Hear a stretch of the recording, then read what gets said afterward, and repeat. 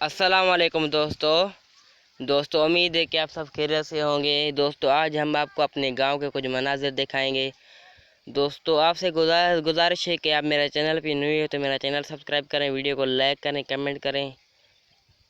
तो दोस्तों video start करते हैं। दोस्तों आज जुमे का दिन है, आप सबको हमारी तरफ से जुमा मुबारक।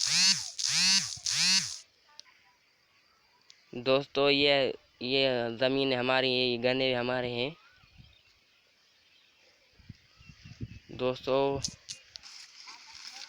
और दोस्तों ये बकरियां गन्ने से घास खा रही हैं।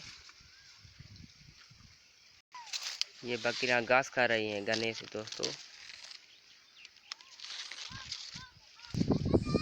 दोस्तों ये बकरी हमारी है।